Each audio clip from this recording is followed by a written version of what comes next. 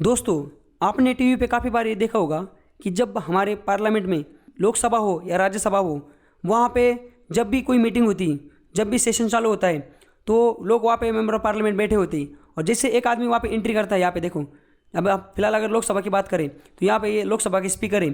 तो लोकसभा के जो स्पीकर है वो जब भी वहाँ पे एंट्री करते हैं तो सारे के सारे जो लोग हैं वो खड़े हो जाते हैं।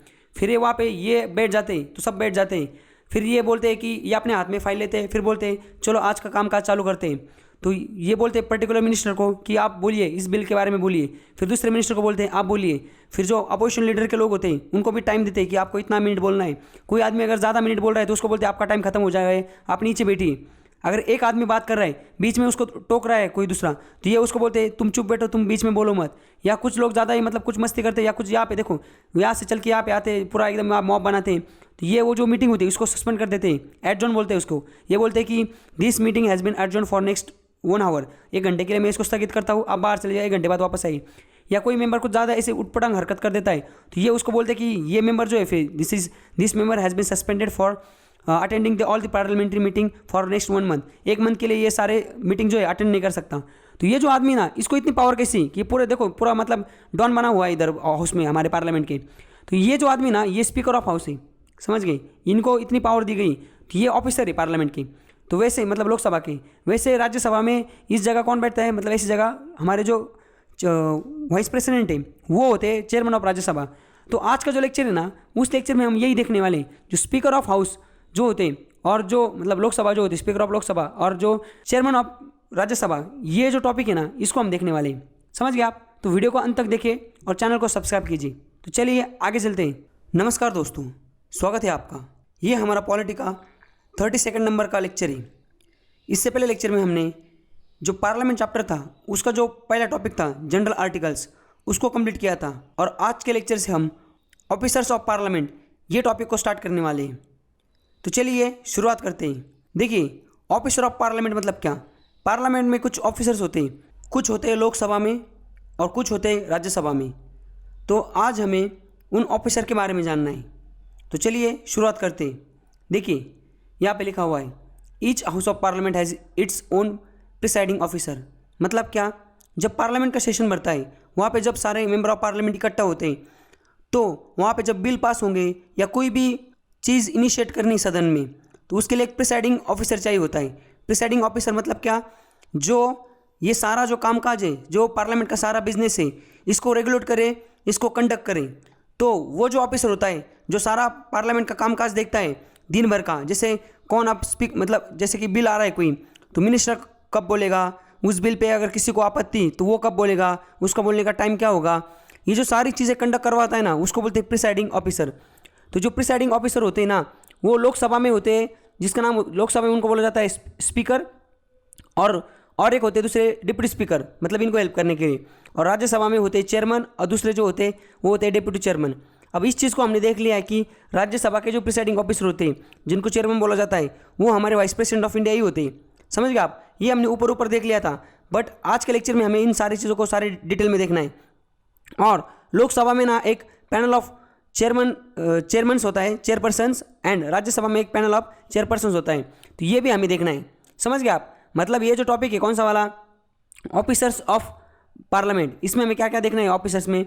एक तो लोकसभा की बात की जाए तो वहाँ पे एक स्पीकर होगा, एक डिप्टी स्पीकर होगा, और बाकी क्या होगा, पैनल ऑफ चेयरपर्सन्स। तो पैनल ऑफ चेयरपर्सन मतलब क्या, जैसे लोकसभा का स्पीकर है वो बिजनेस कंडक्ट करवा रहा है, वो एब्सेंट है, तो जो वाइस स्पीकर है वो डिप्टी स्पीकर वो कंडक्ट करवाएगा। बट अगर ये भी एब्सेंट है तो कौन कंडक्ट करवाएगा सारा रूल्स एंड रेगुलेशन, मतलब जो सारे रूल्स रेगुलेशन है इसको ध्यान में रखते हुए सदन का कामकाज कौन कंडक्ट करवाएगा। तो उसके लिए ना चेयरपर्सन्स होते हैं, मतलब नॉमिनेट किए जाते हैं स्पीकर द्वारा। 10 लोग को ऐसे नॉमिनेट किया जाता है कि जैसे इसको पानी पीने जाना है, इसको कहीं जाना है, तो बाकी लोग भी उस टाइम पे आते हैं ऊपर। समझ रहे हैं आप? एक आदमी दिन भर नहीं बैठा रह सकता ना 10-12 घंटे पार्लियामेंट में, तो चेंज होता है 2-3 घंटे में, 2-3 घंटे एक को ब्रेक दिया जाता है। तो वो जो ब्रेक देने के बाद जो आते हैं ना, मतलब उनको काम वही करते हैं, स्पीकर का ही काम करते हैं, बट बस उनको अपॉइंट किया जाता है स्पीकर की जगह उसको छुट्टी देने के लिए, तब ये बैठते हैं वहाँ पे। तो उनको बोला जाता है पैनल ऑफ चेयरपर्सन्स। समझ गए आप? तो लोकसभा में भी, राज्यसभा में भी। तो अब हमें ऑफिसर ऑफ पार्लियामेंट में एक तो लोकसभा का पहले देखना है, राज्यसभा का देखना है पहले, चेयरमैन क्या होता है, डिप्टी चेयरमैन क्या होता है, इनको अपॉइंट कैसे किया जाता है, कार्यकाल कैसे होता है, निकाला कैसे जाता है। और उसके बाद पैनल ऑफ चेयरपर्सन जो है लोकसभा राज्यसभा के वो देखेंगे। बाद में फिर लोकसभा पे आएंगे। लोकसभा का स्पीकर क्या होता है, डिप्यूटी स्पीकर क्या होता है, उनका वही चीज़ अपॉइंट कैसे किया जाता है, टर्म कितने साल का होता है, निकालता कौन है, पेमेंट कितना होता है, काम क्या होता है, और फिर बाद में देखेंगे panel of chairperson of Lok Sabha. समझ गए आप? इस तरह से हमें देखना है। अब ये जो सारा चीज़ें हमें देखनी वो इन आर्टिकल के तहत आता है। देखो, अगर राज्यसभा की बात की जाए तो आर्टिकल 89, 90, 91, 92 ये सारी बात करता है राज्यसभा के जो ऑफिसर्स हैं उनके बारे में, जैसे चेयरमैन, डिप्यूटी चेयरमैन क्या होते हैं, उसके बाद इनका वैकेशन रिजाइनेशन कब होता है, रिमूवल कब होता है, उनके पास पावर क्या होती है, उसके बाद डिप्यूटी चेयरमैन जो है या चेयरमैन या डिप्यूटी चेयरमैन ये जब इनका रिजोल्यूशन मतलब इनको निकालने के लिए अगर कोई रिजोल्यूशन पास होता है तो ये अपने काम नहीं कर सकते। ये सारी चीज़ें हमें देखनी, वही चीज़ सेम टू सेम। देखो आगे आर्टिकल 93, 94, 95, 96 सेम चीज़ है, वही सिर्फ यहाँ पे क्या ये लोकसभा के स्पीकर के बारे में बोल रहे हैं। तो अब हमें आज के लेक्चर में ये जो आर्टिकल है कहाँ से लेके 89 से लेके कहाँ तक 96 तक, ये सारे जो आर्टिकल्स है, ये 7-8 आर्टिकल, ये सारे के सारे हमें इस चीज़ के बारे में देखना है। और दो रह गए शायद, यहाँ पे देखो 97, 98 भी। तो ये सारे के सारे आर्टिकल है ना, कहाँ से 89 से लेके 98 तक, मतलब लगभग 9 आर्टिकल। ये सारे हमें किस बारे में पढ़ने, लोकसभा और राज्यसभा के जो ऑफिसर्स हैं, जैसे लोकसभा में स्पीकर होता है, राज्यसभा में चेयरमैन होता है, इनके बारे में पढ़ना है। तो सबसे पहले शुरुआत करते हैं राज्यसभा से। राज्यसभा के ऑफिसर से जो कि होते हैं हमारे चेयरमैन एंड डिप्यूटी चेयरमैन। तो राज्यसभा के जो चेयरमैन होते हैं इनके बारे में हमें जो पढ़ना है, इसमें हमें 3 चीज़ें पढ़नी है आर्टिकल 89 के तहत। वो क्या क्या है? चेयरमैन क्या होते हैं राज्यसभा के, deputy chairman end of council of state, मतलब क्या राज्यसभा। तो इसमें chairman, deputy chairman and panel of vice chairman, vice chairpersons, ये मैंने जो अभी बताया था आपको, ये हमें देखना है एक बार। यहाँ पे देखो, इसको देखते हैं। सबसे पहले क्या है? चेयरमैन। चेयरमैन में क्या है? जो प्रिसाइडिंग ऑफिसर है हमारे राज्यसभा के, उनको चेयरमैन बोला जाता है। हमारा जो वाइस प्रेसिडेंट ऑफ इंडिया है वही एक्स ऑफिसर चेयरमैन होते हैं राज्यसभा के। ये भी हमने देखा था। जब वाइस प्रेसिडेंट जब प्रेसिडेंट का चार्ज लेते हैं, मतलब जब हमारे प्रेसिडेंट अगर ये रिजाइन कर देते हैं या इनको निकाला जाता है या इनकी डेथ हो जाती है, तब उस टाइम पे जब वाइस प्रेसिडेंट बन जाते हैं टेम्पररी, तो उस टाइम पे ये चेयरमैन ऑफ राज्यसभा का कामकाज नहीं देखते। उस टाइम पे चेयरमैन ऑफ राज्यसभा का कामकाज कौन देखता है? वो सारा कामकाज डिप्यूटी चेयरमैन देखते हैं। समझ गया आप? Chairman of Rajya Sabha can be removed from his office only if he is removed from the office of vice president. मतलब अगर राज्यसभा के चेयरमैन को हटाना है आपको उस पद से, तो उनको पहले आपको जो मतलब प्रेसिडेंट है वो वाइस प्रेसिडेंट, उस पद से हटाना पड़ेगा, तभी वो सारे के सारे, तभी वो अपना जो चेयरमैन का पद है वो खाली कर सकते हैं। और पावर और फंक्शन जो है चेयरमैन का राज्यसभा की, वो स्पीकर जो है लोकसभा का, वो दोनों का सेम टू सेम है, बस 2 चीज़ें छोड़कर। कौन सा? Money bill and joint sitting houses. ये क्या होता है ये मैं बताता हूँ। यहाँ पे देखिए, जो लोकसभा का स्पीकर है और राज्यसभा का जो चेयरमैन है, दोनों के पावर सेम होते हैं। बस कौन सा बिल मनी बिल है ये डिसाइड करने का। मनी बिल क्या होता है? जो पैसे से रिलेटेड जो सारा बिल होता है ना, तो उसको डिसाइड करना पड़ता है, ये ऑर्डिनरी बिल है या मनी बिल है। तो ये काम ना स्पीकर करते, ये राज्यसभा के चेयरमैन के पास पावर नहीं। और दूसरा चीज़ कि जब दोनों सदन में बिल पास होता है और वो प्रेसिडेंट के पास जाता है, प्रेसिडेंट उस पर साइन करते हैं और वो बिल फिर एक्ट बन जाता है। बट कुछ ऐसे बिल होते हैं जहाँ पे दोनों सदन में उस पर सम्मति नहीं मिलती, वो दोनों सदन से पास नहीं हो पाती। फिर अगर वो बिल बहुत ज़्यादा इंपॉर्टेंट है तो वो बिल ये जो काउंसिल ऑफ मिनिस्टर ये प्रेसिडेंट के पास जाते हैं और उनको बोलते हैं कि जॉइंट सिटिंग का आप प्रोविजन करो, हम जॉइंट सिटिंग करके इस बिल को पास करने वाले हैं। तो वो जो जॉइंट सिटिंग होती है ना दोनों सदन की बिल पास करने के लिए, उसको प्रिसाइड करते कौन? स्पीकर। वहाँ पे राज्यसभा के जो चेयरमैन है वो नहीं करते। तो ये 2 चीज़ें छोड़ के बाकी सारी जगह लोकसभा के स्पीकर और राज्यसभा के जो चेयरमैन है दोनों को पावर सेम है। अब ये देख लिया हमने, चेयरमैन तो देख लिए। दूसरी चीज़ डिप्यूटी चेयरमैन। डिप्यूटी चेयरमैन कौन होते हैं? राज्यसभा के बाकी जो मेंबर होते हैं ना, इनके बीच में से ही किसी एक आदमी को डिप्यूटी चेयरमैन बनाया जाता है। और जब भी डिप्यूटी चेयरमैन का पद खाली हो जाता है, राज्यसभा दूसरे डिप्यूटी चेयरमैन को वहाँ पे अपॉइंट कर देती। समझ गया आप? और डिप्यूटी चेयरमैन क्या है? वो तीन मतलब केसेस में वो अपना पद छोड़ सकते हैं। पहले क्या है? वो अगर उनका राज्यसभा का मेंबरशिप जो है वो ख़त्म हो जाता है तो वो अपने आप उनका डिप्यूटी चेयरमैनशिप भी खत्म हो जाता है। अगर वो रिज़ाइन करते हैं चेयरमैन को तब भी हो जाता है। और तीसरी चीज़, if he is removed by resolution pass by majority, मतलब अगर राज्यसभा से एब्सोल्यूट मेजोरिटी से रिजोल्यूशन पास करके अगर इनको निकाला जाता है तब भी ये अपना डिप्यूटी चेयरमैन का पद खाली कर देते हैं। समझ गए आप? और तीसरी चीज़ है panel of vice chairpersons of Rajya Sabha. देखो इससे पहले मैंने आपको बताया था कि जैसे चेयरमैन है राज्यसभा की और डिप्यूटी चेयरमैन भी। अब चेयरमैन अगर एब्सेंट है, जैसे वाइस प्रेसिडेंट है हमारी, वो कई दूसरे देश के वाइस प्रेसिडेंट जो है वो किसी और देश में भी जाते हैं विजिट करने के लिए, वो किसी और देश में गए, कहीं उनको बुलाया गया है, तो राज्यसभा का उस टाइम पे सेशन चालू हुई, तो फिर उसको प्रिसाइड कौन करेगा? उसको प्रिसाइड करेगा deputy chairman. But deputy chairman अकेला मतलब पूरा दिन बैठ सकते हैं 12 घंटे, पूरा 12 घंटे थोड़ी वो काम काज कर सकते। कभी कभी आपने देखा होगा पार्लियामेंट चालू होता है हमारा 10 बजे, कभी कभी 7-8 बजे तक चालू रहता है काम, तो फिर उनको कोई तो बीच में लीव देना चाहिए ना किसी ने, कि जाओ पानी पी के आओ, खाना खा के आओ। तो इसलिए जो राज्यसभा है उसके कामकाज करने के लिए जो चेयरमैन है और डिप्यूटी चेयरमैन, इनके अलावा ऐसे कुछ लोग को नॉमिनेट किया जाता है ताकि ये बीच में इन लोग को छुट्टी दे और उनका कामकाज ये करे थोड़ी देर के लिए। समझ गए आप? जैसे आपको पता होगा कि जो टीचर होते हैं, जैसे एग्जाम होता है 3 घंटे का अगर एग्जाम होता है, तो टीचर लोग वहाँ पे क्या करते हैं, वो आते हैं एग्जामिनर जो होते हैं पेपर में, वो आते हैं आपका पेपर कंडक्ट करवाने के लिए, पर बीच में उनको पानी पीने के लिए या वॉशरूम के लिए कुछ एक दूसरा टीचर आता है, बीच में उनको छुट्टी देकर चला जाता है, 10-15 मिनट वो रहता है, फिर वापस वो जाके आते हैं। तो वैसी चीज़, तो दिन भर जो कामकाज है उनमें इनको छुट्टी देने के लिए कुछ लोग होते हैं जिनको अपॉइंट किया जाता है राज्यसभा से, उन्हीं को बोला जाता है वाइस चेयरपर्सन ऑफ राज्यसभा। समझ गए? और वो राज्यसभा के मेंबर होनी चाहिए। और जब ये चेयरमैन की जगह बैठते, मतलब चेयरमैन और डिप्टी चेयरमैन जब एब्सेंट होते, उनकी जगह जब ये बैठते तो उनको सारे सेम पावर, मतलब उतनी ही पावर उनके पास आ जाती। समझ गए? और ये he hold office until the new panel of vice chairman, मतलब जब तक नए दूसरा वाइस चेयरपर्सन का पैनल गठित नहीं होता तब तक ये लोग जो है, जो अभी तक जिनको ये करके रखा है, अपॉइंट करके रखा है, वही तब तक सारा का सारा काम कर देखते हैं। समझ गए आप?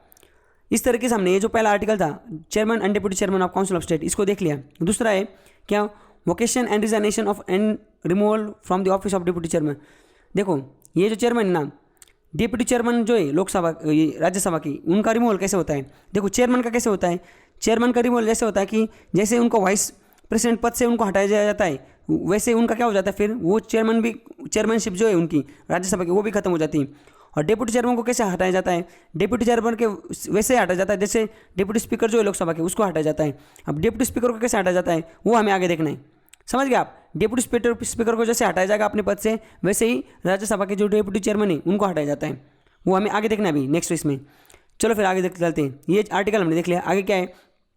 पावर ऑफ डिप्टी चेयरमैन और other person to perform duties of the office, मतलब जब डिप्टी चेयरमैन है वो जब चेयरमैन की जगह बैठते हैं, जैसे चेयरमैन है हमारे राज्यसभा के, जो हमारे वाइस प्रेसिडेंट है, वो अगर प्रेसिडेंट बन जाते हैं टेम्प्रोरी, जब प्रेसिडेंट की डेथ हो जाती है या प्रेसिडेंट छुट्टी वुट्टी ले लेते, मतलब रिजाइन वाइजन मार देते, तब इनके पास पावर क्या होती है? देखो इनके पास ना, तब वाइस प्रेसिडेंट जब प्रेसिडेंट बन जाते हैं तब ये जो डिप्टी चेयरमैन है ये चेयरमैन बन जाते हैं, और इनके पास ना सारी पावर होती है किसकी? चेयरमैन की। और वो किसको रिस्पॉन्सिबल होते हैं? वो डायरेक्टली रिस्पॉन्सिबल टू राज्यसभा को होते हैं। समझ गए आप? तो यही था आर्टिकल 91 में। आर्टिकल 92 देखते हैं। आर्टिकल 92 में क्या है? चेयरमैन और deputy chairman not to preside while resolution for his removal from office is under consideration. मतलब क्या? देखो जो चेयरमैन है या जो हमारे डिप्टी चेयरमैन है राज्यसभा के, अगर इनको अपने पद से हटाना है और उसके लिए पार्लियामेंट में एक रिजोल्यूशन पास कर दिया है, और उसको बाकी मेजोरिटी, मतलब रिजोल्यूशन पास करने के बाद 14 दिन की इनको बताना पड़ता है, 14 दिन से पहले इनको निकाल नहीं सकते। मतलब जैसे आज रिजोल्यूशन पास कर दिया, वहाँ पे वोटिंग भी हो गई, तो 14 दिन इनको लेटर भेजना पड़ता है कि 14 दिन बाद आपको कुर्सी खाली करनी। तो उस टाइम पे जब ऐसा रिजोल्यूशन पास किया जाता है, तब ये वहाँ पे जो मतलब इसमें होंगे, राज्यसभा में बैठे होंगे, तो ये प्रिसाइड नहीं कर सकते। समझ गया? बस वहाँ जाकर बैठ सकते हैं। यहाँ पे लिखा हुआ है देखो कि vice president can not preside over the sitting of Rajya Sabha as its chairman का, मतलब एज ए चेयरमैन वो काम नहीं कर सकते जब उनका निकालने का रिजोल्यूशन जो है वो कंसिडरेशन में, वो वहाँ पे प्रेजेंट रह सकते हैं, बात कर सकते हैं, बट वोट नहीं कर सकते। समझ गए?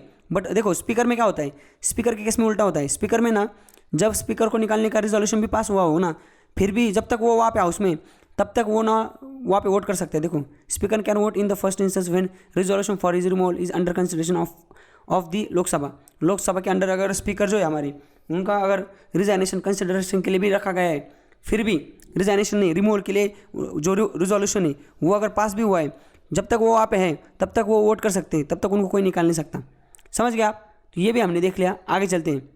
आगे है आर्टिकल 93 जो कि बात करता है speaker and deputy speaker of house of the people, मतलब लोकसभा के जो स्पीकर है एंड डिप्टी स्पीकर है उनके बारे में।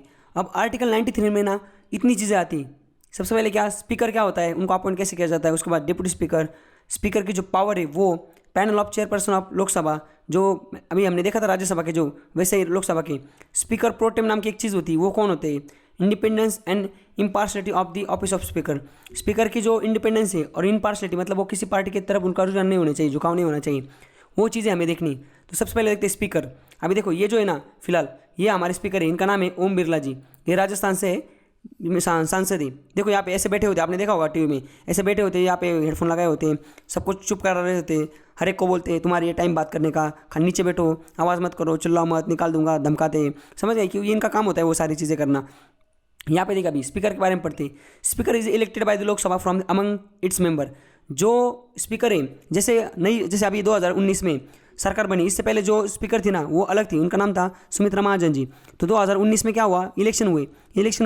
उस इलेक्शन होने के बाद जैसे पहली मीटिंग होती है ना सदन की, उस टाइम पे स्पीकर को चुना जाता है, समझ गए। और उससे पहले फिर जैसे नई सरकार बनती तो उस टाइम पे नए स्पीकर को चुना जाता है। और उससे पहले कौन होता है फिर स्पीकर, पुरानी सरकार का होता है क्या, नया कोई दूसरा होता है, वो हम देखेंगे आगे। समझ, जो स्पीकर प्रोटेम है ना उसमें हम वो देखेंगे। फिलहाल इतना याद रखो कि जो हमारे स्पीकर होते हैं ना परमानेंट, उनको ना इलेक्शन के बाद जो पहली मीटिंग होती है गवर्नमेंट की सदन में, वहाँ पे उनको चुना जाता है। Whenever the office of speaker fall vacant Lok Sabha elect another member as to fill vacancy. जब भी कोई भी रीजन की वजह से, जैसे ये रिजाइन मारते हैं, इनकी डेथ हो जाती है स्पीकर की, तो जैसे ही स्पीकर का जो पद है वो खाली हो जाता है तो लोकसभा दूसरा स्पीकर अपॉइंट करती है। देखो date of election of speaker is fix by president जो है वो डेट फिक्स करते हैं स्पीकर की इलेक्शन की। अब स्पीकर का इलेक्शन मतलब क्या, वापस जनता द्वारा होता है क्या, नहीं। ये जो मेंबर ऑफ पार्लियामेंट लोग हैं वो जो चुन के जाते हैं कहाँ पे, पार्लियामेंट में, लोकसभा में। तो लोकसभा में एक डेट पे जो हमारे प्रेसिडेंट है, प्रेसिडेंट ऑफ इंडिया, वो क्या करते हैं, वो स्पीकर का इलेक्शन का डेट फिक्स करते हैं। तो वहाँ पे लोकसभा के बाकी सारे जो मेंबर हैं वो वहाँ पे वोट करते हैं और फिर स्पीकर इलेक्ट होता है, वहाँ चुना जाता है। He is elected when Lok Sabha dissolve, he is not vacant his office and continue till newly elected Lok Sabha office is fix tenure. मतलब क्या, जैसे देखो अभी स्पीकर बन गई है ओम बिरला जी, अब 2024 में ना, ये 2024 तक तो ये तो हटने वाले हैं नहीं। तो 2024 में अगर इलेक्शन हो जाते हैं, जैसे कि मई में इलेक्शन हो जाता है 2024 में, और नई सरकार बनते बनते जुलाई तक आती है, मतलब जुलाई तक नई सरकार बन जाती, तो जैसे ही इलेक्शन होते ना तो लोकसभा जब डिजॉल्व हो जाती तब भी इनका पद बरकरार रहता है। कब तक, जब तक नया स्पीकर आप चुनते नहीं, समझ आए। न्यूली इलेक्टेड लोकसभा जो है वो जब तक वो गठित होती नहीं तब तक ये अपने पद पे बरकरार रहते हैं और इनका कार्यकाल जो है वो फिक्स टेन्योर है। अब यहाँ पे एक चीज़ जो है वो याद रखने लायक है कि जो स्पीकर होते हैं ना वो मेंबर होते लोकसभा के, और जो चेयरमैन होते हैं ना वो राज्यसभा के मेंबर नहीं होते। क्यों, क्योंकि हमारे जो वाइस प्रेसिडेंट है वही हमारे चेयरमैन है, कहाँ के, राज्यसभा के, एक्स ऑफिसर चेयरमैन, बट वो मेंबर है राज्यसभा के नहीं। तो यहाँ पे बहुत बड़ा झोल इस पर आता है क्वेश्चन कि जो लोकसभा के चेयरमैन, लोकसभा के जो स्पीकर और राज्यसभा के जो चेयरमैन, वो दोनों भी अपने अपने हाउस के मेंबर होते हैं। अगर ऐसा स्टेटमेंट आता है तो स्टेटमेंट गलत है। सिर्फ जो स्पीकर है वही मेंबर होते हैं लोकसभा के, राज्यसभा के जो चेयरमैन है वो उस राज्यसभा के मेंबर नहीं होते। जो डिप्टी चेयरमैन है वो होते पर चेयरमैन नहीं होते, समझ गए आप। तो यहाँ तक हमने स्पीकर देख लिया। अब देखते हैं डिप्टी स्पीकर। देखो डिप्टी स्पीकर जो है, जैसे डिप्टी चेयरमैन था राज्यसभा का, वैसे ही इसका भी चुना जाता है डिप्टी चेयरमैन लोकसभा से। मतलब जैसे राज्यसभा का डिप्टी चेयरमैन था वो राज्यसभा से चुना जाता था, वैसे ही डिप्टी स्पीकर जो है लोकसभा का, वो बाकी जो मेंबर लोकसभा के उन्हीं में से किसी आदमी को डिप्टी चेयरमैन बनाया जाता है। आगे elected after the election of speaker, जब स्पीकर का इलेक्शन होता है ना उसके बाद डिप्टी चेयरमैन को, मतलब पहले स्पीकर को चुना जाता है, बाद में डिप्टी स्पीकर को चुना जाता है। The date of election of deputy speaker fix by speaker, speaker का इलेक्शन का डेट कौन फिक्स करता है, प्रेसिडेंट। क्वेश्चन इस पर याद रखें। और जो ये डिप्टी स्पीकर है उसके इलेक्शन का डेट कौन फिक्स करवाता है, वो स्पीकर फिक्स करवाता है।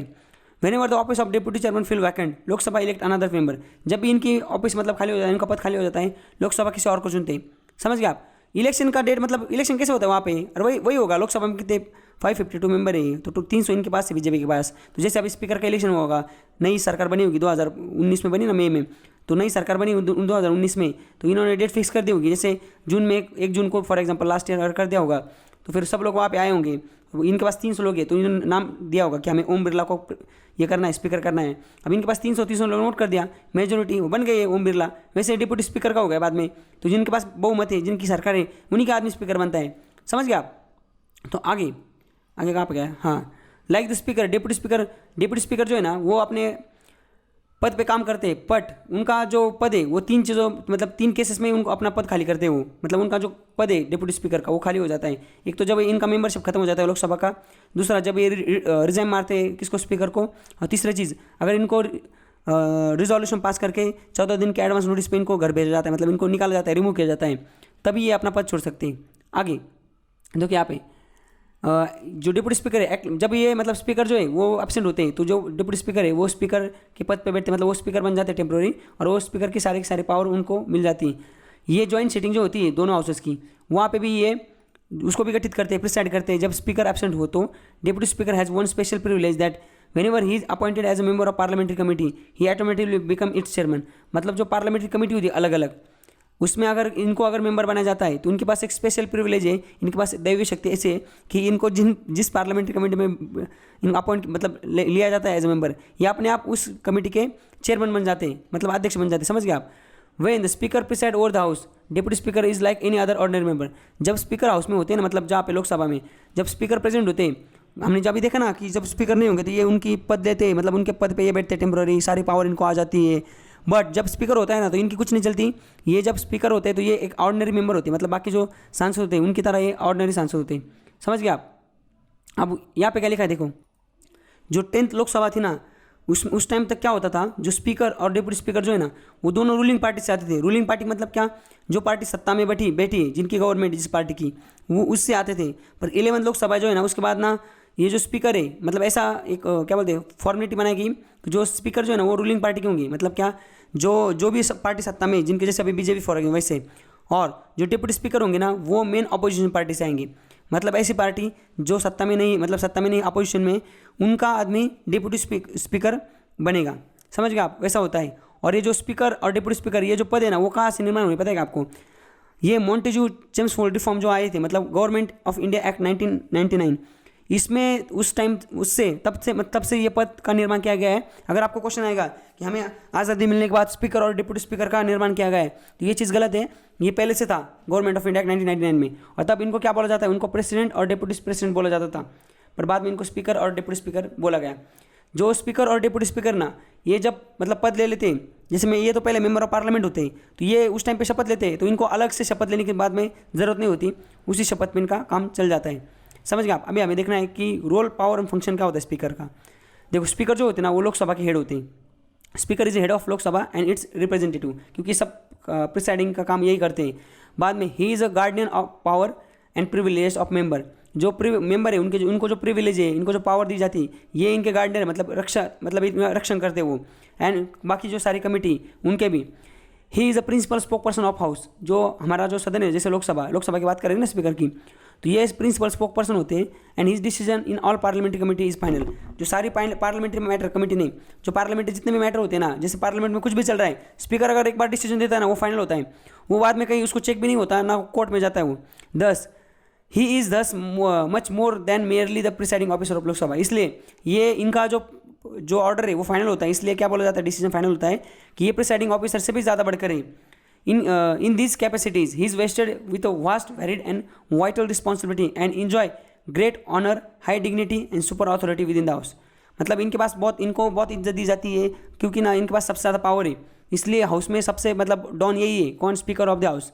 उसके बाद आगे क्या है, speaker of Lok Sabha derives his power from 3 sources. अब इनको जो पावर मिली ना स्पीकर ऑफ लोकसभा को 3 चीज़ों से मिली। ये तो क्या हमारे कॉन्स्टिट्यूशन में इनके बारे में लिखा हुआ है, जो अभी हम पढ़ रहे हैं फिलहाल, ये कॉन्स्टिट्यूशन में लिखा हुआ है। दूसरा क्या, rules and procedure and conduct of business of Lok Sabha. Lok Sabha का जो बिजनेस है उसको कंडक्ट करवाने के लिए बाद में लोकसभा में ना हमने एक रूल्स एंड प्रोसीजर लिखा हुआ है कि ये आदमी ये काम करेगा वो करेगा, उसमें भी इनको ज़्यादा पावर दी। और तीसरा क्या है, पार्लियामेंट्री कन्वेंशंस। पार्लियामेंट्री कन्वेंशंस मतलब क्या, जैसे देखो यहाँ पे लिखा है residual power that unwritten and और अनस्पेसिफाइड इन द रूल्स। मतलब पार्लियामेंट्री कन्वेंशन मतलब ऐसी पावर जो पहले लिखी हुई नहीं है पर बाद में उनको दी गई, तो उससे भी ऐसे 3 चीज़ों से इनके पास इतनी पावर आ जाती, 3 सोर्सेज से इनको पावर आ जाती। और स्पीकर के पास क्या पावर है, देखो all together he has following power and duty. सब मिला के इतनी ड्यूटीज और पावर उनके पास। सबसे पहले क्या, maintain order and decorum in the house for conducting business and regulating the it's proceedings. मतलब जो हाउस है हमारा लोकसभा, वहाँ पे जो बिजनेस करवा रहे हैं, मतलब बिजनेस मतलब क्या, जो दिन भर का जो कामकाज करवा रहे हैं, बिल आ रहा है, कुछ भी आ रहा है, तो उसको सही से करवाना, उसकी प्रोसीडिंग को चेक करना, जो ऑर्डर है वो मेंटेन रखना। कहाँ की, हाउस की। ऑर्डर मतलब क्या, वहाँ पे ज़्यादा मस्ती नहीं होनी चाहिए। मतलब वहाँ पे जो लोग आते हैं ना, अपोजिशन करते हैं, चिल्लाते हैं, वो सब शांतिपूर्वक वहाँ पे काम चलना चाहिए। ये काम किसका है, ये स्पीकर का काम है। अगर कोई ज़्यादा मतलब उछलता है कोई मेंबर, तो उनको सस्पेंड कर देते हैं 10 दिन के लिए, महीने के लिए, 2 महीने के लिए। उसके बाद final interpreter of the provision of, ये फाइनल इंटरप्रेटर है लोकसभा में किस चीज़ के बारे में, constitution of India, rules and procedure conduct of Lok Sabha and parliamentary एक है precedents within the house, इसके लिए फाइनल इंटरप्रेटर है। लोकसभा में अगर इससे रिलेटेड कुछ भी होता है तो ये जो बोलेंगे वही फाइनल होगा। उसके बाद ये एडजॉर्न करते हैं हाउस को, सस्पेंड करते हैं मीटिंग को in the absence of quorum. Quorum क्या होता है, देखो कोरम जब फुलफिल नहीं होता ना तो ये मीटिंग को स्थगित कर देती है, बोलते हैं जब कोरम फुलफिल होगा तब हम कंडक्ट करवाएंगे मीटिंग। कोरम मतलब क्या, जो टोटल जैसे कितने 552 मेंबर्स है ना टोटल, तो कितना 1/10 जो टोटल है ना उसके 1/10 मेंबर जो है ना वो प्रेजेंट चाहिए, तभी हमारा मतलब हमने ऐसा एक ये करके रखा है, सेट करके रखा है कि जब तक लोकसभा में या राज्यसभा में उसके 1/10 लोग 10% लोग जब तक प्रेजेंट है ना तब उसका काम काज ही नहीं चल सकता। तो अगर ऐसा होता है कल कि लोकसभा में जो 550 लोग हैं उसमें से अगर मिनिमम कितने 50-60 लोग चाहिए ना, 60 मिनिमम, तो अगर उतने होते नहीं, अगर भी 10 लोग आते तो पार्लियामेंट का बिजनेस काम नहीं चलेगा वहाँ पे, समझ गए। तो स्पीकर का काम है कि कोरम अगर फुलफिल नहीं हो रहा है तो आप जो मीटिंग चल रही है उसको एडजॉर्न कर दो, उसको बोलो कि आप बाद में आके मतलब ये कर सकते हैं, बाद में हम मीटिंग लेंगे जब कोरम फुल हो जाएगा। और उनके पास पावर क्या है, वो क्या करेंगे, एडजॉर्न कर सकते हैं 1/10, मतलब 1/10 आप टोटल मेंबर नहीं आएंगे, कोरम नहीं फुलफिल होगा तो वो एडजॉर्न कर सकते हैं। तो हमने आपको याद करो, हमने 2 टाइप के एडजॉर्न देखे थे, एक था एडजॉर्न, एक देखा था हमने एडजॉर्न, और दूसरा देखा था एडजॉर्न साइन डाई। एडजॉर्न मतलब क्या, कि उसको सस्पेंड कर देना विद इंडिफाइनाइट टाइम, मतलब स्पीकर बोलेंगे कि आज हमने बात करेंगे, मतलब आज सदन का काम नहीं चलेगा, आप कल आई या परसों हम सदन का गठन करेंगे, उसको बोलते हैं एडजॉर्न। जब नेक्स्ट मीटिंग का टाइम बताया जा रहा हो, या एडजॉर्न साइन डाई जो होता है ये टेम्पोररी सस्पेंशन होता है, वहाँ पे इंडिफाइनाइट पीरियड के लिए होता है। स्पीकर बाद में कब मिलना है ये मतलब बताते नहीं, समझ गए आप। यहाँ तक हमने देख लिया। आगे 4 नंबर का पॉइंट, कास्टिंग वोट। अब देखो कास्टिंग वोट मतलब क्या, इसमें थोड़ा झोले। अगर फॉर एग्जांपल टोटल 500 मेंबर है हमारी, ओके, और नहीं 501 मेंबर है, एग्जांपल मानो 550 है, पर मैं एग्जांपल लेता हूँ जैसे 101, अगर हमारे पार्लियामेंट में 101 है, ज़्यादा है, मैं जैसे एग्जांपल के लिए बता रहा हूँ, कम एग्जांपल ताकि आपको सही से समझ आए। अगर हमारे पार्लियामेंट में टोटल 101 मेंबर है और कोई मुद्दा कोई बिल आता है, समझ गए, स्पीकर एक ही, स्पीकर को डायरेक्ट वोट करने का पहले शुरू में डायरेक्ट हक नहीं, मतलब वो डायरेक्ट शुरू में जैसे normal member of parliament vote करते हैं वैसे वो वोट नहीं कर सकते। वो वोट कब कर सकते हैं वो आपको बताना चाह रहा हूँ मैं। कोई बिल आता है और बिल में ना डायरेक्ट 50-50 हो जाता है, मतलब इधर 50 लोग हैं इधर 50 लोग हैं, समझ गए, इधर 50 लोग आ गए इधर 50 लोग आ गए, और बिल पास ही नहीं हो रहा है, मतलब सब लोगों ने वोट कर दिया पर टाई की सिचुएशन हो गई, टाई, समझ गए। अब ऐसा अगर टाई हो जाता है तो वो टाई की सिचुएशन में ही स्पीकर वोट कर सकता है, समझ गए। नॉर्मल जैसे अगर 100 की तो किसी ने अगर इधर 70 वोट मार दे, इधर 30 हो गए, स्पीकर को वोट नहीं कर सकता हूँ क्योंकि उसके पास पावर है नहीं फिर वोट करने की। जब टाई हो जाता है तो तभी वो वोट कर सकता है, इसलिए उसका जो वोट है उसको बोला जाता है कास्टिंग वोट।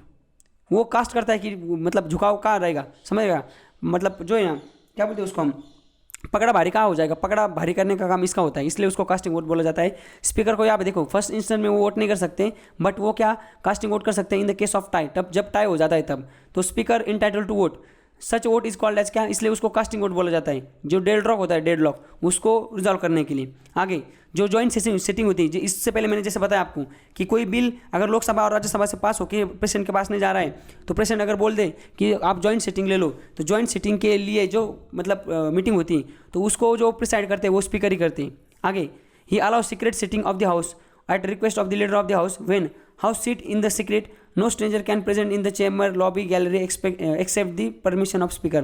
मतलब कभी कभी क्या हो जाता है, कुछ अगर सीक्रेट मैटर डिस्कस करना है तो स्पीकर जो है लोकसभा के अगर लीडर ऑफ हाउस है, मतलब जो प्राइम मिनिस्टर, अगर वो बोलते हैं कि हमें सीक्रेट सिटिंग लेनी, तो उस टाइम पे वहाँ पे किसी को मीडिया किसी को अलाउड नहीं होता, तो उस टाइम पे स्पीकर ही अगर किसको अलाउड करना है तो स्पीकर के पास होता है पावर, किसको अलाउड करना है किसको अलाउड नहीं करना है, समझ गए। यहाँ तक 6 पॉइंट हमने देख लिए पावर के। 7वां पॉइंट, कोई बिल मनी बिल है या नहीं, ये डिसीजन कौन करता है, डिसाइड, ये स्पीकर करते हैं। इसको हमने इससे पहले भी देखा। मनी बिल ऐसा होता है, देखो मनी बिल जो होता है ना वो सिर्फ लोकसभा में पास होता है। ये मनी बिल वगैरह हमें आगे देखना है एकदम डिटेल में। मनी बिल मतलब पैसे से रिलेटेड जो भी बिल होता है ये सिर्फ लोकसभा में आता है, लोकसभा में मतलब पास नहीं, लोकसभा से पास नहीं, राज्यसभा से वो पास होता है, इंट्रोड्यूस सिर्फ लोकसभा में किया जाता है इसको। तो स्पीकर के पास पावर है वो कि कौन सा बिल मनी बिल है, कौन सा बिल मनी बिल है नहीं, इसको डिसाइड करना, समझ गए आप। तो ये पावर भी स्पीकर के पास है। आगे अगर किसी कोई मेंबर है उसको अगर मेंबरशिप से हटाना है, अगर उसने कुछ कांड कर दिया है, मतलब कुछ गलती कर दिया, जो है डिफेक्शन, मतलब जो एंटी डिफेक्शन लॉ है, उसने पार्टी वार्टी चेंज कर दी, या जो भी डिस्क्वालिफिकेशन जो भी रोल है अगर उसको वो वायलेट कर देता है, तो उसको अगर अपने पद से हटाना है, किसी भी मेंबर को, मेंबर ऑफ पार्लियामेंट को अपने पद से हटाना है, तो वो काम प्रेसिडेंट का नहीं, ना प्राइम मिनिस्टर का, वो काम स्पीकर ऑफ द हाउस का है। देखो इसके पास कितनी पावर है, मतलब किसका मेंबरशिप भी खत्म कर सकती है। और 1992 में supreme court rule that the decision of speaker regarding this is under the subject of judicial review. मतलब बाकी जो बिजनेस जो काम होता है, पार्लियामेंट का जो बिजनेस होता है, उसमें स्पीकर जो भी डिसीजन देते हैं उसमें सुप्रीम कोर्ट उसमें ये नहीं कर सकता, इंटरफेयर नहीं कर सकता। बट ये जो काम है ना, कौन सा वाला, अगर कोई मेंबर है उसका अगर पद से हटाना है, तो वो जो पद है ना उसमें स्पीकर पहले क्या, स्पीकर उसको हटाते थे, उस पर भी जुडिशियल रिव्यू नहीं होता था, कोई उसके खिलाफ कोर्ट में नहीं जा सकता था। बट 1992 में क्या हुआ, 1992 में सुप्रीम कोर्ट ने ऐसा जजमेंट दे दिया कि ये जो चीज़ ना, ये जुडिशरी के अंडर आएंगी, इसका अगर किसको हटा देता है स्पीकर तो उसका जुडिशियल रिव्यू होगा, हम उसको देखेंगे सही है गलत है। बाद में जो स्पीकर है वो एक्स ऑफिशियल चेयरमैन है इंडियन पार्लियामेंट्री ग्रुप के, इंटर पार्लियामेंट्री यूनियन के भी, समझ रहे, मतलब इंटर पार्लियामेंट्री यूनियन का जो इंडियन पार्लियामेंट्री ग्रुप है उसके वो एक्स ऑफिशियल चेयरमैन है। और एक चीज़ है, वो एक्स ऑफिशियल चेयरमैन है presiding officer of legislative body. समझ गए आप, यहाँ पे देखो यहाँ लिखा हुआ है। और स्पीकर का चेयरमैन किस किस के होते हैं, वो बिजनेस एडवाइजरी कमेटी, इस पर क्वेश्चन आता है, इसके चेयरमैन होते हैं वो रूल्स कमेटी के चेयरमैन होते हैं, जनरल पर्पस कमेटी, ये हमारी पार्लियामेंट की इतनी सारी कमेटी है, ये कमेटी के ये चेयरमैन होते हैं स्पीकर हमारे। समझ गए आप, यहाँ पे दिया हुआ है देखो, यहाँ पे ही, और यहाँ पे देखो ये अभी जो देखा हमने यहाँ पे लिखा हुआ है। और he appoint the chairman of all parliament, जो सारे पार्लियामेंट्री कमेटी है लोकसभा की, उनके चेयरमैन को अपॉइंट करते स्पीकर। समझ गए आप। और लास्ट में दो और पावर बाकी, रूल्स पावर एंड फंक्शन बाकी स्पीकर के। इनकी जो पोजीशन है ना ऑल इंडिया में, ये 7 नंबर पे, जैसे 1 नंबर पे वाइस प्रेसिडेंट, सॉरी हमारे 1 नंबर पे प्रेसिडेंट, 2 नंबर पे वाइस प्रेसिडेंट, वैसे along with CJ chief justice of India जो है और स्पीकर जो है वो एक पद पे। समझ गए, इनके औकात जो है मतलब पार्लियामेंट में किताब कागज़ पे, वो दोनों की जो ये समझ गए पावर नहीं बोल सकते उसको, रैंक जो है दोनों की रैंक सेम, स्पीकर की और इसकी। ये जो है his work and conduct can not be discuss and criticise in Lok Sabha except this substantial motion. मतलब ये जो काम कर रहे हैं ना, जब तक कोई सस्पेंसिव मोशन नहीं डालता तब तक इनके काम के काज के बारे में कोई डिस्कस भी नहीं कर सकता कि इन्होंने सही किया या गलत किया। समझ गए, यहाँ तक हमने देख लिया। अभी स्पीकर देख लिया, जो उसके बाद डिप्टी स्पीकर देख लिया, उसके बाद 3 नंबर पे हमने देखा power function and role of speaker. अब 4 नंबर पे देखते हैं panel of chairperson of speaker. देखो मैंने बताया था इससे पहले राज्यसभा में, वही जब स्पीकर एब्सेंट हो या जो डिप्टी स्पीकर है वो भी एब्सेंट हो तो उनके जगह पे कोई आ सकता है जो हमारा बिजनेस लोकसभा का उसको कंडक्ट करवा सके, उसको प्रिसाइड करवा सके। तो वो जो लोग होते हैं वो 10 से ज़्यादा लोग को नहीं रख सकते, मतलब ऐसे उनको बोला जाता है चेयरपर्सन। ऐसे चेयरपर्सन को अपॉइंट किया जाता है स्पीकर द्वारा। समझ रहेगा, panel of speaker appointed bye speaker and must be member of Lok Sabha. Lok Sabha के जो मेंबर होते हैं उसमें से कम 10 लोगों को स्पीकर अपॉइंट करके रखता है, ताकि अगर स्पीकर को या वाइस स्पीकर को कहीं शादी में जाना है, कहीं फैमिली प्रोग्राम अटेंड करना है, कहीं बाहर घूमने जाना है, कहीं मतलब समझ रहे क्या, वो अगर जब एब्सेंट हो गए तब उनका काम ये लोग करते हैं। और जब ये लोग वहाँ पे जाते हैं तो सारे पावर इनके पास आ जाती है स्पीकर की। समझ गए। और जब एक पैनल जब नया पैनल आता है तब पहला पैनल अपने आप खत्म हो जाता है, उनकी पावर खत्म हो जाती है वो स्पीकर बनने की। समझ गए आप। तो वही चीज़ यहाँ पे वही चीज़ लिखी हुई। बाकी क्या है यहाँ पे क्या लिखा हुआ, ही एम्फेसाइज द मेंबर। वही चीज़ है कि जब ये आ जाते हैं सारी पावर इनके पास आ जाती है, स्पीकर का जो पद है वो आप खाली नहीं रख सकते, उसको तुरंत आपको फिर बाद में दूसरा स्पीकर वहाँ पे लेना पड़ेगा। आगे क्या है, आगे यहाँ पे देखो ये प्रोटेम स्पीकर, जैसे मैंने आपको बताया था when office fall vacant Lok Sabha elect another speaker. मतलब देखो जब स्पीकर का जो जैसे अभी इलेक्शन हो गया कब 2019 में, 2018 में सुमित्रा महाजन जी क्या थी, स्पीकर थी। अब लोकसभा डिजोल्व हो गई, नई जो लोकसभा है वो गठित हो गई, नई लोकसभा गठित हो गई। तो हमने देखा था ना कि पहला जो पुराना स्पीकर है वो तब तक रहता है, उसका पावर जब तक नई लोकसभा गठित नहीं होती, नई लोकसभा भी गठित हो गई। अब पहले मीटिंग में तो डायरेक्ट मतलब जो स्पीकर है वो नहीं होता, तब तक कोई तो वो जो स्पीकर तो बाद में इलेक्ट किया जाता है, पर तब तक स्पीकर का काम कौन करेगा। इसलिए ना एक आदमी को टेम्पररी स्पीकर बनाया जाता है, और जो सीनियर मोस्ट आदमी होता है मतलब जिसका एज सबसे ज़्यादा होता है उसको मतलब प्रोटेम स्पीकर बनाया जाता है। प्रोटेम स्पीकर मतलब क्या, pro tem speaker appointed by president, pro tem speaker is not elected from the Lok Sabha instead of is appointed as provided by constitution. Speaker of the Lok Sabha last Lok Sabha vacant his office immediately before the first meeting of new elected Lok Sabha. President appoint member of Lok Sabha as a pro tem speaker. मतलब जो पहला speaker है वो नई लोग जब तक लोकसभा नहीं बनती तब तक वो पद नहीं छोड़ता, वो पद छोड़ देता है। फिर नई लोकसभा जब बनती तो नया हमें स्पीकर अभी इलेक्ट करना पड़ेगा, तो इलेक्ट करने से पहले जो टेम्पोररी थोड़े दिन के लिए जो स्पीकर बनाया जाता है, समझ गए, उसको बोलते हैं प्रोटेम स्पीकर। और इसको कौन करता है, इसको क्वेश्चन आता है आपको कि प्रोटेम स्पीकर को इलेक्ट किया जाता है क्या, इलेक्ट किया जाता नहीं, इसको इलेक्शन नहीं होता, इसको डायरेक्ट अपॉइंट किया जाता है प्रेसिडेंट द्वारा। समझ गए आप। और जो स्पीकर है उसको इलेक्ट किया जाता है। तो ये चीज़ आ सकती है क्वेश्चन, आप इसको याद रखें। यहाँ पे देखिए यूजुअली सीनियर मोस्ट जो मेंबर होता है वही प्रोटेम स्पीकर होता है, प्रेसिडेंट खुद उनको शपथ दिलाते हैं। और ऑफिस ऑफ प्रोटेम स्पीकर इस टेम्पररी ऑफिस है, ये थोड़े दिनों के लिए होता है, एग्जिस्टिंग फॉर फ्यू डेज। ये मतलब पूरी जिंदगी भर ये आदमी स्पीकर नहीं रहता, बाद में जब नया स्पीकर इलेक्ट हो जाता है तो इसको ये अपना पद छोड़ देता है। और लास्ट में जो चीज़ बाकी वो है independence and impartiality of office of speaker. देखिए यहाँ पे लिखा है जो speaker he can remove only the resolve, he can remove only by resolution pass by Lok Sabha and absolute majority. जो एब्सोल्यूट मेजोरिटी मतलब जो टोटल मेंबर है उसमें से जो आधे मेंबर है कंप्लीट, मतलब 500 कितना है 52 है ना, तो उसके जो आधे होंगे वो जो लोग तब कितने लोग जब साइन मारेंगे तभी स्पीकर को अपने पद से हटाया जाता है। ऑर्डिनरी मेजोरिटी से नहीं, ऑर्डिनरी मतलब क्या, जितने बैठे हुए और जितने प्रेजेंट है उसमें से आधे, ऐसा नहीं, एब्सोल्यूट मेजोरिटी मतलब टोटल जितने नंबर है उसमें से भले वो वहाँ पे हो या ना हो, उससे ज़्यादा, जैसे अगर टोटल 500 मेंबर है तो एब्सोल्यूट मेजोरिटी मतलब क्या, 250 से ज़्यादा लोगों ने वहाँ पे ये करना चाहिए, भले वहाँ प्रेजेंट 300 ही हो फिर भी 250 से ज़्यादा लोगों ने उसके पक्ष में वोट देना चाहिए, तभी स्पीकर को अपने पद से हटाया जाता है, समझ गए। तो ये उसके इंडिपेंडेंस है। दूसरा क्या है, इसको निकालने के लिए कम से कम जो मतलब रिमूवल के लिए जो रिजोल्यूशन आता है उसको कम से कम 50 मेंबर ने सपोर्ट करना चाहिए। मतलब जैसे अभी कोई बिल आता है कि इसको हटाना है तो 50 लोगों ने पहले उसको सपोर्ट करना चाहिए उस कागज़ को, फिर बाद में वोटिंग होगी, वोटिंग से पहले, समझ गए। और ये क्या है, इसको अच्छे से मतलब 7 नंबर रैंक पे चीफ जस्टिस ऑफ इंडिया के, इनको अच्छी खासी रैंक दी गई है। और this means that he is higher rank on all cabinet minister, जो है उससे भी ज़्यादा बड़ा रैंक है इनके पास, किसके पास, हमारे स्पीकर के पास। तो इस तरीके से इनको इंडिपेंडेंस है और ये इनपार्शियल रहते हैं। तो इस तरीके से हमने ये जो आर्टिकल 93 था उसमें speaker, deputy speaker, pro tem speaker, power of speaker, panel of chairperson of Lok Sabha और independence and impartiality of office of speaker, ये सारी चीज़ें हमने देख ली। अब आगे चलते हैं, आगे क्या है, vacation and resignation of and removal from the offices of speaker and deputy speaker. देखो यहाँ पे क्या है, यहाँ पे वही चीज़ लिखी गई कि स्पीकर एंड डिप्टी स्पीकर, ये इनका पद कब खाली हो सकता है, इनको कब निकाला जा सकता है। मतलब देखो, एक तो ये इनका पद वैकेंट कब हो सकता है, एक तो ये रिजाइन मार सकते हैं या इनको निकाला जा सकता है या क्या हो सकता है, तो वो हमें देखना है इनका पद कैसे कैसे खाली हो सकता है। और एक चीज़ आप याद रखिए कि डिप्टी स्पीकर जो है उसका भी हमने देखा था, उनको कैसे, जैसे वो अगर उनका मेंबरशिप खत्म हो जाता है, डिप्टी स्पीकर ने actually deputy chairman of Rajya Sabha, उनका अगर राज्यसभा का मेंबरशिप खत्म हो जाता है तो वो पद छोड़ देते या वो रिजाइन मार देते। और उनको रिमूव कैसे किया जाता है, उस टाइम वहाँ पे हमने देखा था कि वो जब राज्यसभा का जो डिप्टी स्पीकर है उसको जैसे निकाला जाता है, लोकसभा का जो डिप्टी स्पीकर है उसको जैसे निकाला जाता है, उसी तरह से राज्यसभा का जो डिप्टी चेयरमैन है उसको निकाला जाता है। और एक चीज़, लोकसभा का जो डिप्टी स्पीकर है उसको वैसे निकाला जाता है जैसे लोकसभा के स्पीकर को निकाला जाता है। मतलब लोकसभा का स्पीकर, लोकसभा का डिप्टी स्पीकर और राज्यसभा का डिप्टी स्पीकर, इनको एक ही तरीके से निकाला जाता है। वो कैसे निकाला जाता है वो हमें देखना है। और चेयरमैन को कैसे निकाला जाता है राज्यसभा के, उनको अपने वाइस प्रेसिडेंट जो जिसको निकाला, वाइस प्रेसिडेंट को पद से हटा दिया, उनका चेयरमैनशिप भी चला गया। तो देखो, जो स्पीकर है वो अपने जो मतलब स्पीकर को निकाला जा सकता है, वैसे ही किसको, डिप्टी स्पीकर और राज्यसभा के डिप्टी चेयरमैन को। तो हम अभी स्पीकर देखेंगे, अल्टीमेटली दोनों भी उस मतलब वो दोनों का भी इसी में हो जाता है। तो स्पीकर जो है वो अपना जो कार्यकाल है वो अपनी मतलब जब तक लोकसभा रहती है, उस जो लोकसभा गठित हुई इलेक्शन के बाद, जब तक उसकी लाइफ है तब तक स्पीकर बने रह सकते हैं। बट नीचे हुए जो रीजन्स है उन केसेस में वो उनको अपना पद छोड़ना पड़ेगा।